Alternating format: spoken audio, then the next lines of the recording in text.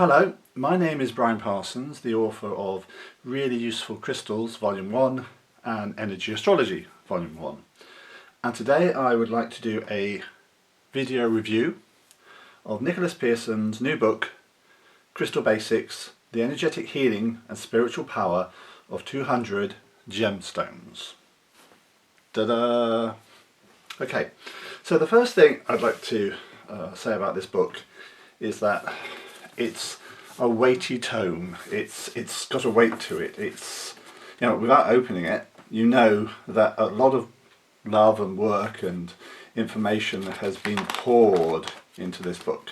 And actually it is 401 pages. So yes, there's a lot of wisdom and information poured into this particular book. The book itself is divided into two sections. So Section 1, Part 1, How and Why Crystals Work. And then if you go to the second section, where are you? Part 2 is a directory of crystals and stones.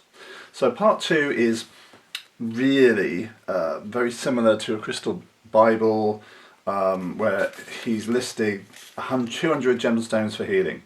So agate, blue lace agates, so different agates, Botswana agate, Christus crazy lace agates, fire agate, fancy agate, and then moving on, lots of different agates. Then we've got black onyx, calcites, citrine, chrysoprase, etc, etc, moonstone, so 200 different stones. And looking through, yes, they are the stones that are easy to get hold of, but also the stones that will extend your collection and your ability to work with crystals without being hugely expensive or hard to obtain. So I would say the 200 that he has chosen are a good set of crystals to work with without breaking the bank or keeping you up awake at night trying to source them on the internet. But yeah, I would say that the stones he's chosen for now in the year 2020 is a good set to work with and have the information about. Now, the way each section is structured for each particular stone, for example here we've got epidote. He's listed the formula, the chemical formula, the hardness, crystal system, formation process, i.e. how the crystal forms in the earth as part of the rock cycle perhaps, and also the chakra that it is most identified with. So each crystal gives you that information, and then also goes for physical healing, psychological healing and spiritual healing. So he gives a number of ideas for physical healing, psychological healing and spiritual healing. So different ways that they can be used. Now, I live in the United Kingdom and I know that you have to be very careful with how you talk to others about the physical healing associated with crystals. And Nicholas lives in America, and I believe the rules may be different in some states. You do have to be careful because states do vary. But I've read them, and I can see he is trying to be careful with what he says, but at the same time also trying to give ideas and suggestions of how they could be used on the physical level. In terms of psychological healing and spiritual healing, yeah, I agree with an awful lot of what he's saying. And so there is an awful lot of information drawn from the tradition of crystal therapy and crystal healing that he's brought together into one place. And so it would be a great book to have on your shelf and refer to when you're exploring what a new crystal that has been added to your collection can do.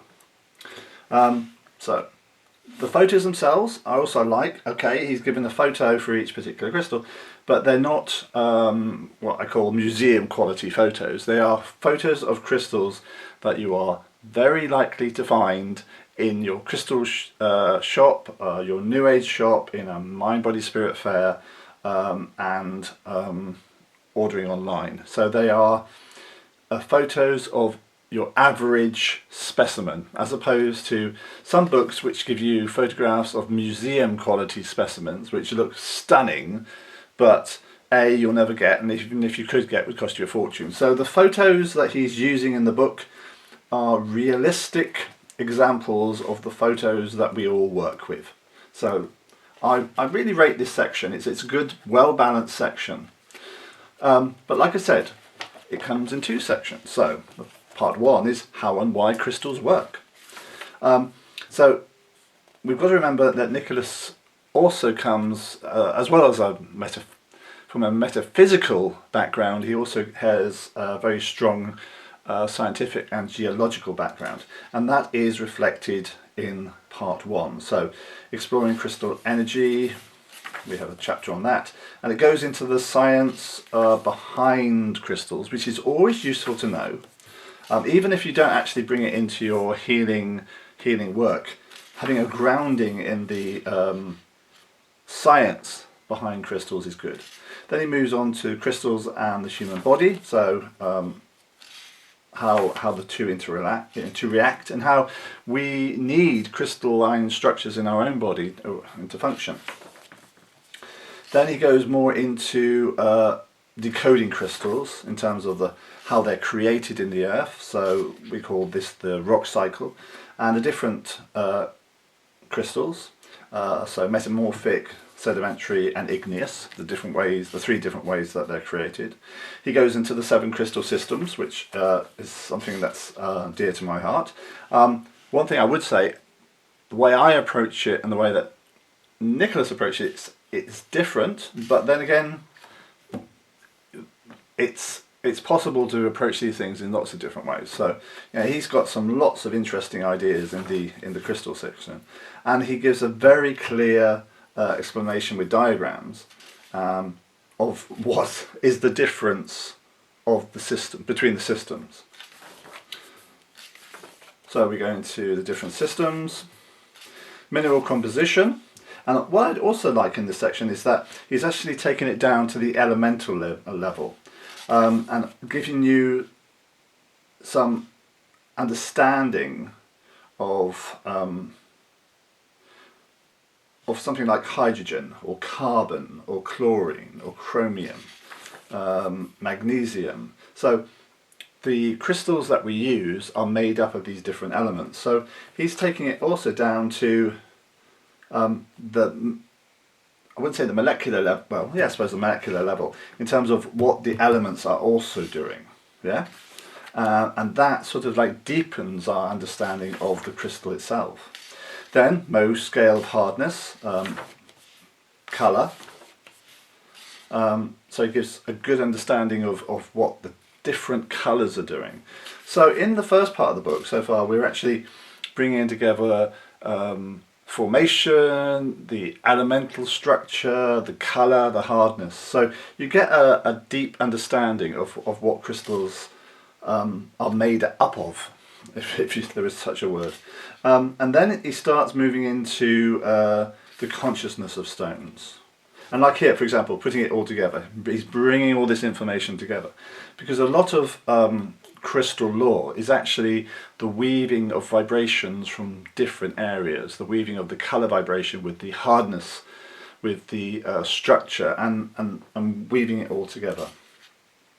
So he takes 2 stones and actually shows how it works and how you can actually bring it together. I'm not even going to try and pronounce that stone name. Then he moves on, human energy field, so the aura. But he also sort of like, once again, comes at from a very grounded perspective, but gives you an understanding of the aura, and it's different, how it's differently structured and put together. The chakra system, different chakras, and then we go into some information about dowsing and how they relate to the chakras and the aura.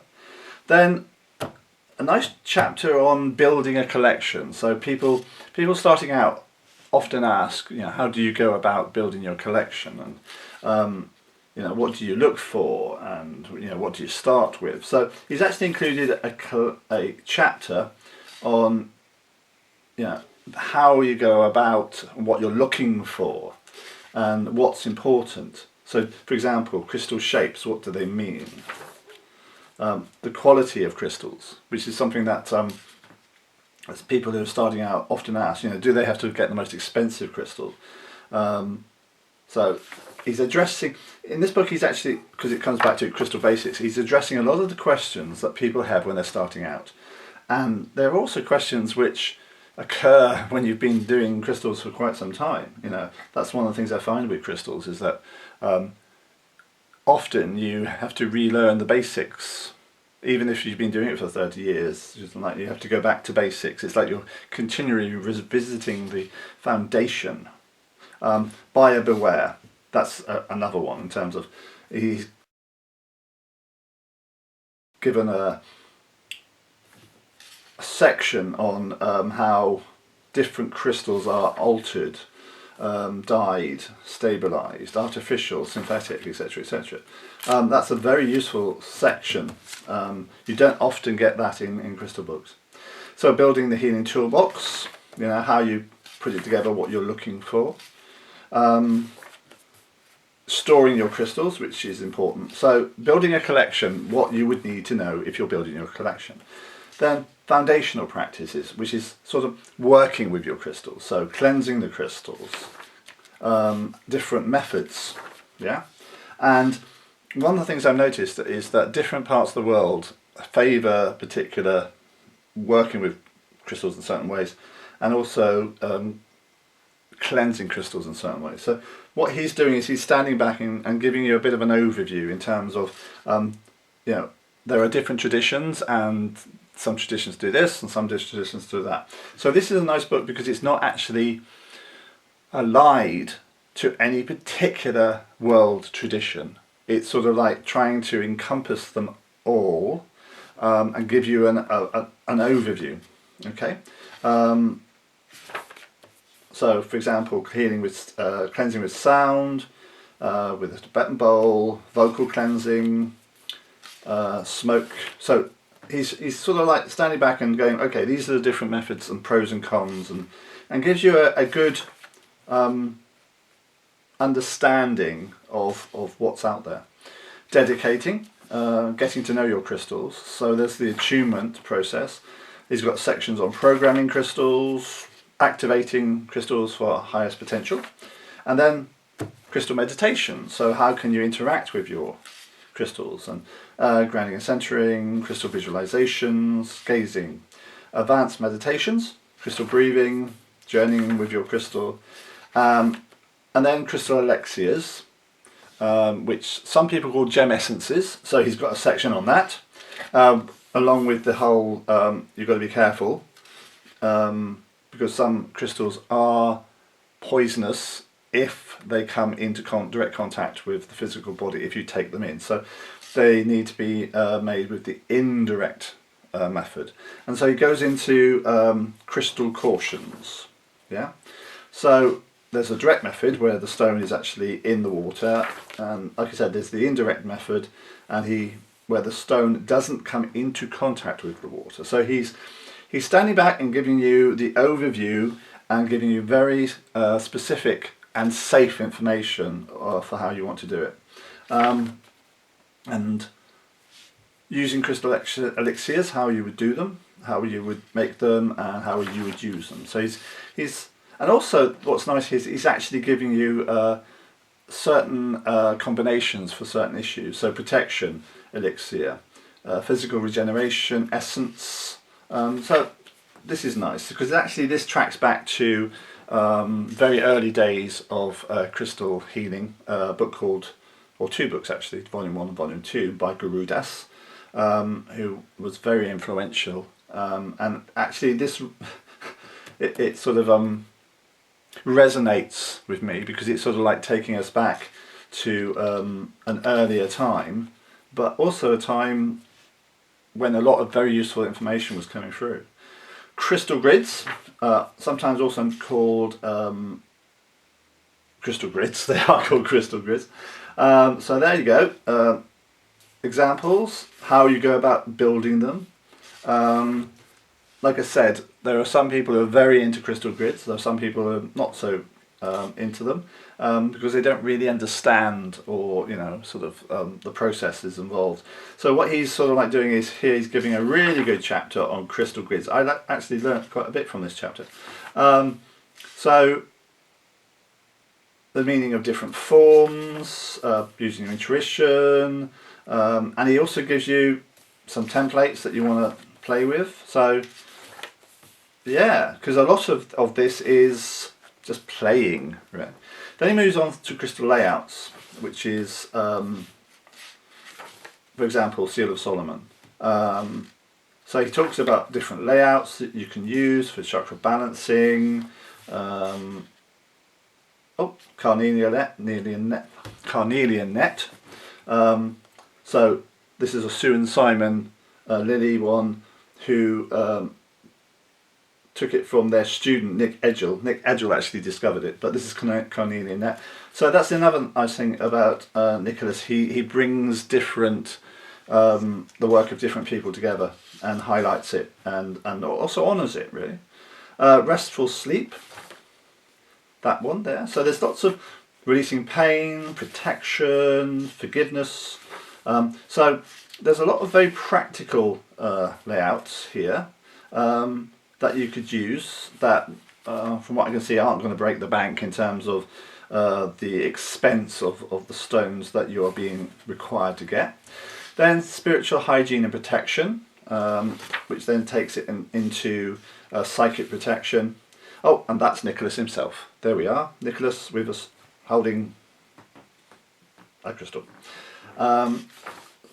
So he's got practices of how you can use crystals to protect your aura, cleanse your aura, and also, for example, this particular one here, this simple crystal replacements will recharge and revitalise your energy.